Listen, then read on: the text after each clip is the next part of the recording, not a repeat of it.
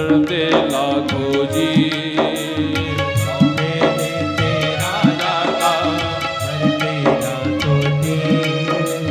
पोता कहता है जब मैं मैया के यहाँ था ना तो मैं रोता रहता था। क्यों? चौके में मुझे कभी चौके में ले जाती, कभी द्वार में ले जाती, मेरे द्वारा लाखों जीव मर जाते थे। लेकिन मैं अपने जीवन से तंग आ गया था। चौके में फेरा जाता मरते लाखों जीव। चौके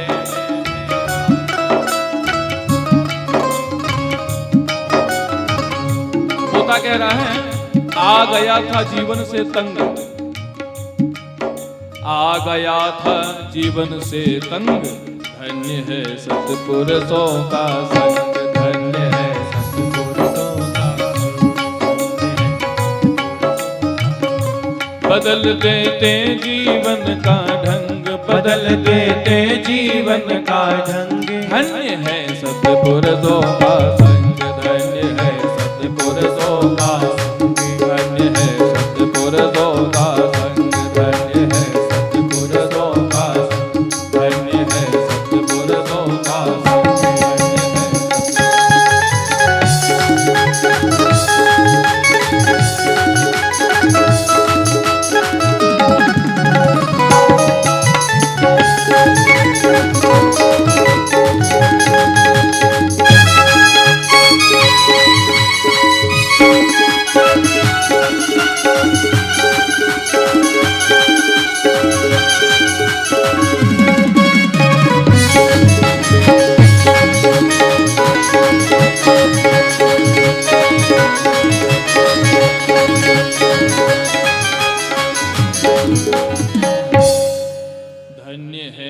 सत्पुरुषों का संग, धन्य है सत्पुरुषों का संग।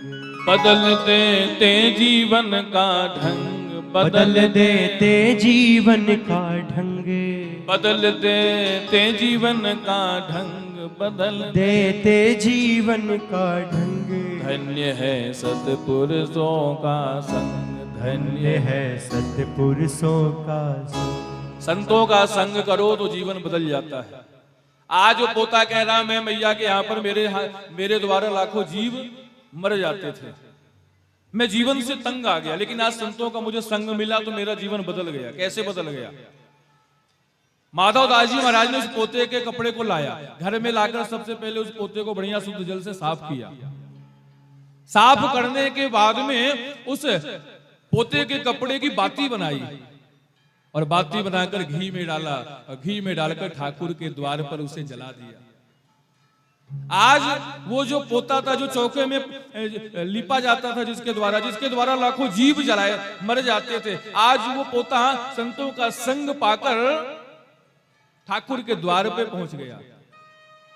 ये संतों का संग का परिणाम है, फल है। एक बार एक महात्मा जी जा रहे थे कहीं, मार्ग में एक लकड़ी मिल गई। लकड़ी ने महात्मा जी से कहा, बोले महाराज हमें अपने साथ ले जाओ। महात्मा जी कहते नहीं भैया, हम तो बैरागी महात्मा है, हम माया में नहीं पड़ेंगे, हम आज तुम्हें लेकर जाएंगे, फिर आगे और तुम्हारे साथ में दूसरे लोग मिल जाएंगे, उनको ले जाना पड़ेगा, हम आपको अपने साथ नहीं ले जाएंगे। आप ऐसा करो, हमारे पीछे एक किसान आ रहा, किसान के साथ में जाना। लकड़ी ने हाथ जोड़ लिया, महाराज मैं किसान के साथ नहीं जाऊंगी। क्यों? महाराज मैं अगर किसान के साथ में जाऊंगी, किसान घर ले जाएगा, घर ले जाने के बाद में किसान जो है अपने पत्नी को देगा, पत्नी चूल्हे पर जलाएगी। महाराज चूल्हे पर जलाकर भोजन पकवान आदि बनाएगी। जलने के बाद में जब मैं राख हो जाऊंगी ना, तो उस राख को जिन बर्तनों से भोजन पकवान बनाया है, उस मेरी राख से उन बर्तनों को साफ करेगी।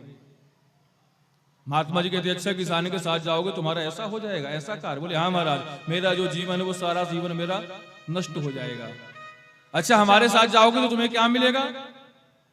बोले महाराज सबसे पहले मैं अगर आपके साथ में जाऊंगी तो मेरा जो नाम है ना, मेरा जो स्वरूप है, मेरा जो स्वभाव वो बदल जाएगा। मुझे लोग लकड़ी कहते हैं, लेकिन जैसे मुझे आपका संग मिलेगा तो मेरा नाम लकड़ी से संविधा हो जाएगा। लोग मुझे लकड़ी का नाम ना कहते हुए समिधा कहेंगे, और महाराज आप यज्ञ करोगे, मुझे यज्ञ में जलाओगे। मुझे सुंदर सुंदर देवताओं को जो आहुति आप प्रदान करते हो, वो आहुति मुझे भोजन के रूप में प्राप्त होगी। और महाराज जब मैं राख बनूंगी ना, उस राख को मैं किसान के यहाँ पर रहती, तो किसान के यहाँ पर रहने पर मुझे बर्तनों को साफ किया जाता, लेकिन मैं अगर आपके यहाँ पर रहूंगी, उस राख को भक्त अपने मस्तक में धारण करेंगे। और महाराज मस्तक पर धारण करेंगे, और मस्तक में धारण करने के बाद में जब जुगल किशोर महाराज का दर्शन करने जाएंगे और अपने शीश को जुगल किशोर महाराज के चरणों में अर्पण करेंगे, तो उन भक्त के द्वारा मैं भी जुगल किशोर महाराज के चरणों का दर्शन करने का मुझे अवसर मिलेगा।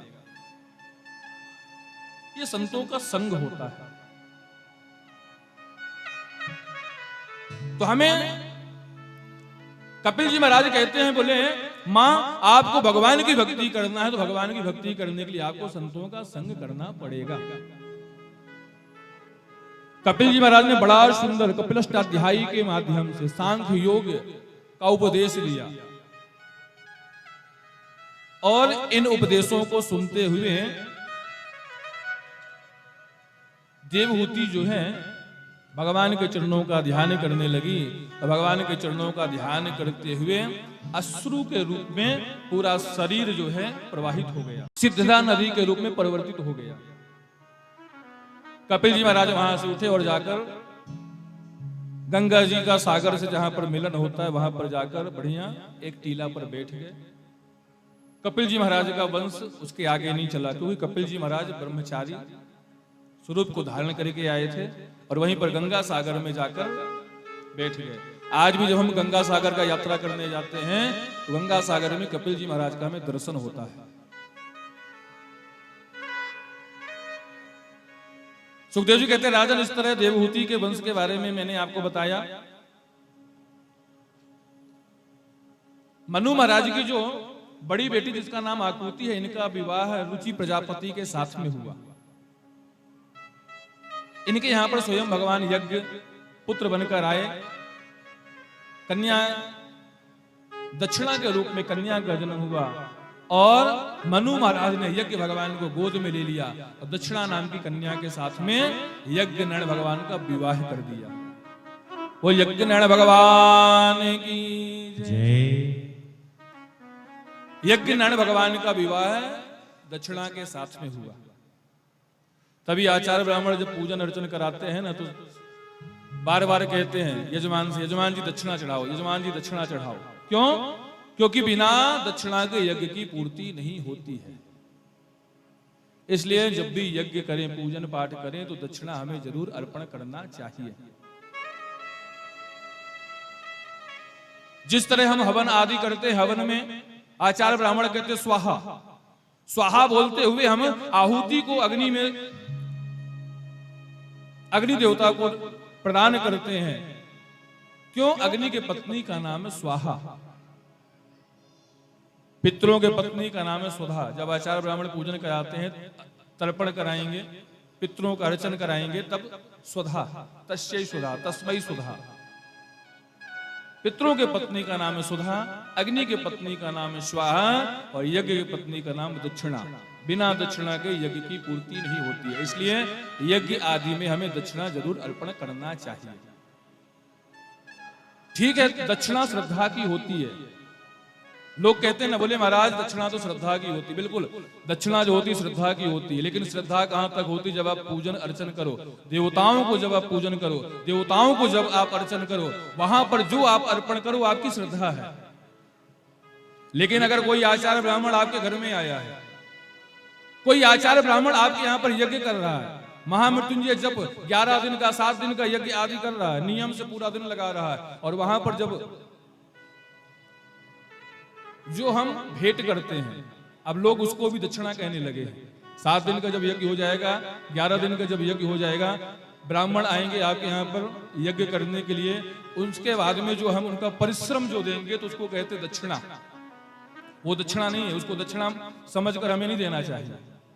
क्योंकि दक्षिणा का जब नाम आता, दक्षिणा कहते हैं श्रद्धा को, लेकिन वहां पर श्रद्धा नहीं चलती है। वहां पर आचार्य ब्राह्मणों ने परिश्रम किया है, उस परिश्रम के अनुसार जो परिश्रम का जो मूल होता है, जो आचार्य ब्राह्मणों ने आपके यहाँ पर यज्ञ किया है, आपके कल्याण के लिए प्रार्थना भगवान से की है, उनके परिश्रम का जो उपहार है उसको प्रदान करना चाहिए। और उस उपहार में हमें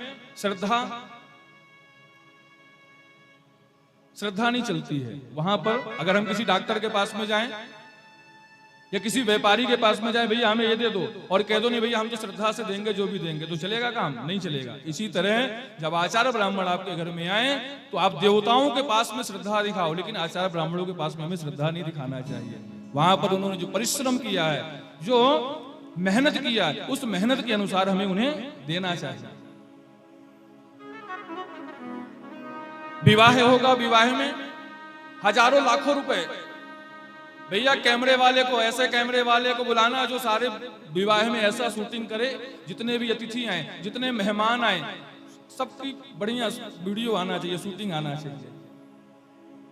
कैमरे वाले से कहेंगे भैया कितना लोगे? 1 लाख। नहीं भैया हम तुमको 1.5 देंगे, कोई छूटना नहीं चाहिए। बैंड वाले के पास जाएंगे, भैया कितना लोगे? 20,000। नहीं 50 देंगे, बढ़िया। लेकिन जो ब्राह्मण पूरी रात्रि आपके यहाँ विवाह कराएगा, जब वो ब्राह्मण देवता आपसे कहते भैया हमें इतना चाहिए, अरे ब्राह्मण आप तो लालची हो गए। कहते हैं ना, अगर ब्राह्मण ने अगर भूल से अगर आपसे अगर कह दिया हम इतना लेंगे 2151, जिस ब्राह्मण के द्वारा आपने जो यज्ञ का आयोजन किया, जो विवाह का आपने आयोजन किया, वो उन ब्राह्मण के बिना मंत्र के द्वारा वो यज्ञ, वो विवाह पूर्ण नहीं हो सकता है। उस ब्राह्मण